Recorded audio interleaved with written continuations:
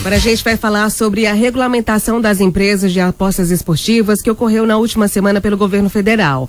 Para explicar sobre esse assunto, converso agora com o contador, mentor e especialista em negócios digitais, Israel Costa.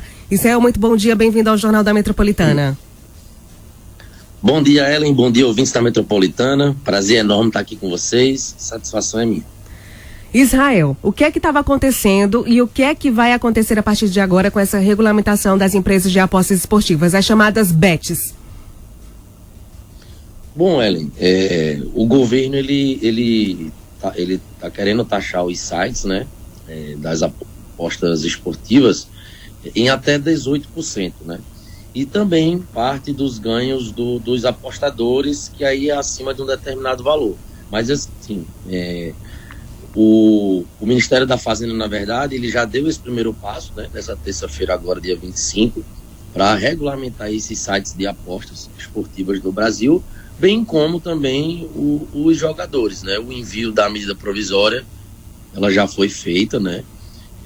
E agora é esperar realmente que entre em vigor. O que a gente espera é que até o começo do ano já esteja valendo, né? Já esteja ativa, porque também vai ter um prazo para que os jogadores e as empresas se adequem a essa nova regra. Aí assim, via de regra, para deixar bem explicadinho para o pessoal, a previsão é que os apostadores, tá? Os investidores esportivos, o pessoal que joga nas bets, né, nessas plataformas como Porto da Sorte, Betfair, Bet365, então a previsão é que os jogadores, né, eles paguem 30% sobre os ganhos superiores a R$ 2.100. Tá?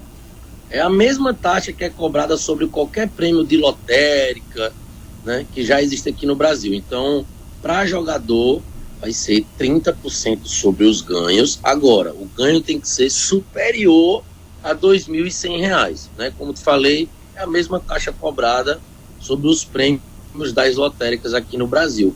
Já para as plataformas, né, as bets, como a gente chama, que são as casas de jogo, as casas de aposta, o governo anunciou que pretende taxar em 18%, né, da receita bruta.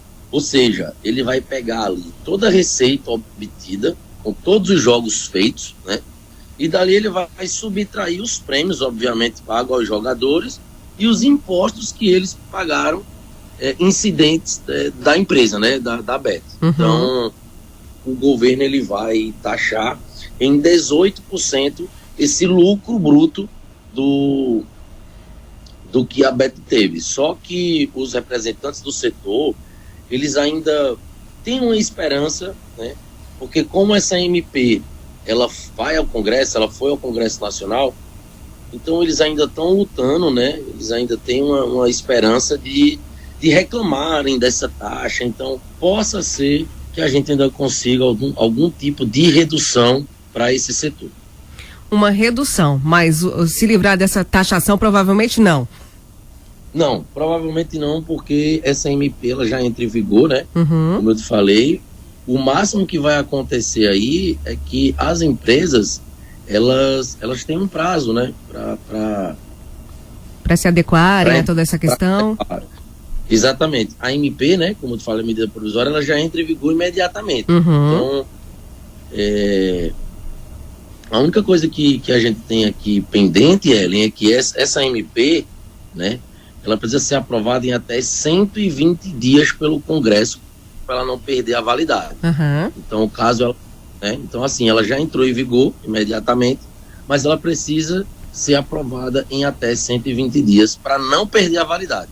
Sim, até 120 dias, recapitulando, ela já entrou em vigor, mas ela precisa ainda ser aprovada em até 120 dias pelo Congresso para não perder a validade. Israel, e é uma medida necessária porque estava acontecendo assim, digamos, uma bagunça, era bet de tudo quanto é jeito, sem nenhum controle. Certo. Você concorda que isso vem ajudar essa questão de ficar tudo organizadinho e até ter um controle para quem faz apostas, porque a gente sabe que nem todo mundo aposta só como lazer. Exatamente. Além da segurança, né, Helen? Além da segurança que tanto o jogador como as próprias empresas, né, vão ter, isso a gente fala do próprio jogador receber o seu prêmio. Para não cair em golpe. Exatamente, né? Ter a confiança de que vai ser pago. Também tem a questão que está tendo muita manipulação de resultados, né, nas apostas, né? Então, com essa regulamentação, a gente consegue também ter essa credibilidade, essa confiança que o jogo, né, é justo. Você está jogando realmente com a sorte. E aí, Ellen, também tem a questão das penalizações, né? Das penalidades. Então, as empresas que não se enquadrarem, né, elas vão estar cometendo infrações previstas na regulamentação e poderão pagar multas que vão de 0,1% até 20% sobre o valor a ser pago, tá? Sobre o produto da arrecadação. Então, assim, a depender da gravidade do ato, você pode chegar aí até 2 bilhões por infração. Então, é bem alto. Isso eu estou falando em termos de bet. Se a gente for falar em termos do jogador, tá? Na pessoa, então as multas aí, elas são fixadas de R$50 mil até 2 bilhões. Então, não vale a pena você estar correndo risco desnecessário e podendo estar todo regular, podendo estar com a cabeça tranquila. Então, eu aconselho sempre aos apostadores esportivos a terem um contador de confiança, ter um profissional especialista nesse ramo digital, que vai fazer que não só tu pague menos imposto, mas que você ande na linha correta, no trilho correto, usufruindo dos benefícios e, obviamente, dormindo com a cabeça tranquila todas as noites no travesseiro. Que é o mais importante. Israel, essas regras valem para essas empresas que já estão no mercado e é a mesma regra para as empresas que vão entrar a partir de agora, por exemplo? Porque assim, Ellen, o que está acontecendo? O governo, ele está falando o seguinte: para operar, para essas bets serem legítimas, tem que operar aqui no Brasil e tem que pagar um valor para o governo para que você tenha um tempo de operar. Então, por exemplo, sabe aqueles consórcios de estrada que as grandes empresas pagam, por exemplo, para ficar com pedágio? Sim. Vai funcionar mais ou menos dessa forma. A Bet, a plataforma de jogo, ela vai operar no Brasil e ela vai pagar o que o governo está querendo, são R$30 milhões por 5 anos. Então, por enquanto está dessa forma, mas o setor, como eu te falei, está lutando para mudar esse MP, para que eles consigam pagar 30 milhões para operar pelo menos 10 anos ao invés dos 5. Sim. Então, tanto para as bets que já operam, quanto para as bets que querem essa licença para operar, por enquanto está fixado nesse valor. Mas uma coisa é certa: tanto as bets que já estão no mercado, quanto as bets que estão entrando no mercado, vai precisar dessa licença para poder operar no Brasil. Então a gente pode concluir, Israel, que é uma medida positiva tanto para empresas quanto para os apostadores? No que a gente toca o limiar da legislação, é maravilhosa. O que eu não concordo, né, isso aí é uma opinião minha, sim, como também do setor, tanto dos jogadores como das bets, são dos valores em questão, né? A gente, por exemplo, 18% para as casas de aposta, quando a gente junta com CSLL, imposto da pessoa jurídica, né, outras contribuições da empresa... Outros impostos que estão ali por baixo do pano. Exatamente. Como não veio ainda a nossa reforma tributária, tão desejada reforma tributária, então ainda tem muita coisa que, quando você vai cascaveando, você vai encontrando imposto para pagar. Então, assim, quando você bota esses 18%, mais outros impostos, você acaba deixando aqui a taxação mais alta do mundo. Entende? Quase chega a 30%. Então, o que o setor está lutando é para quebrar esse valor do imposto que está alto, bem como a taxação, né, da licença para operar, e, obviamente, os jogadores também vão entrar com esse pedido, né? Uhum. Lembrando que a parte dos jogadores, eu acho que talvez fique até mais pesada, sabe? Porque uma coisa é você, eu digo assim, uma coisa é você ter um trabalho CLT, no qual o seu ganho já é fixado, despesa, você já sabe qual que você vai ter do mês, então, basicamente, você já sabe ali qual vai ser o seu lucro.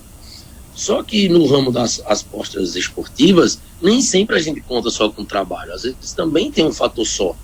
Então, o que eu queria, por exemplo, ver nessa MP, era algum tipo, por exemplo, de compensação de prejuízo, caso um jogador venha a ter, porque pagar imposto no lucro é muito bom, e quando ele tiver prejuízo no outro mês?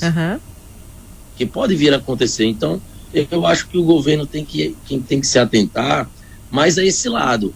Eu acho que o governo pensou positivamente em proteger o setor, sim, mas eu acho que o governo também está pensando muito em arrecadação. Eu acho que se diminuir um pouco essa ótica da arrecadação e realmente querer regularizar o setor, para que o setor sobreviva, respire e dê uma boa arrecadação para o Brasil, eu acho que a gente tem que ajudar realmente, de fato, tanto as plataformas, né, as casas de aposta, quanto os jogadores, né, chegar no meio termo, para que a carga tributária não fique tão alta e, obviamente, a gente também fuja da ilegalidade, né?